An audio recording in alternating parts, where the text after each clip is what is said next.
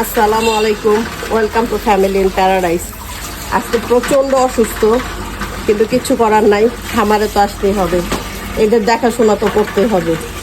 আসলে আমরা যারা খামারি তাদের কিন্তু কোনো শান্তি নেই, সুস্থতা থাক অসুস্থতা থাক, তাদের কাজ করাই লাগে, সময় মতো ঠিকই করা লাগে, এদের যত্ন ঠিকই নেওয়া লাগে, কারণ এরা তো আমাদের উপর নির্ভরশীল, আর আমরা হচ্ছে আল্লাহর উপর নির্ভরশীল।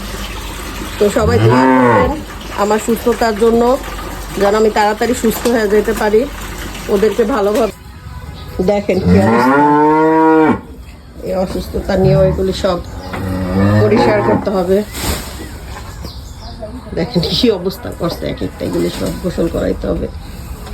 ইনশাল্লাহ সবাই ভালো থাকবেন, দোয়া করবেন। আসসালামু আলাইকুম।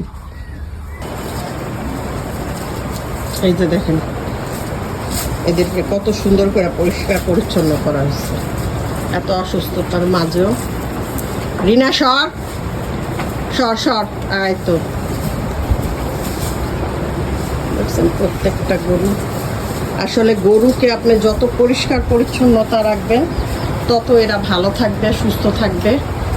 এদের যত্নই আসল, গাভী গরু বলেন ষাঁড় গরু বলেন, এদের যত্নই আসল। দেখেন আমার খামারটা কত সুন্দর পরিষ্কার পরিচ্ছন্ন করি আমি সারাদিন। আসলে রাতের বেলাও, রাতে 10টা বাজেও আমি এদের কাছে আসি একবার।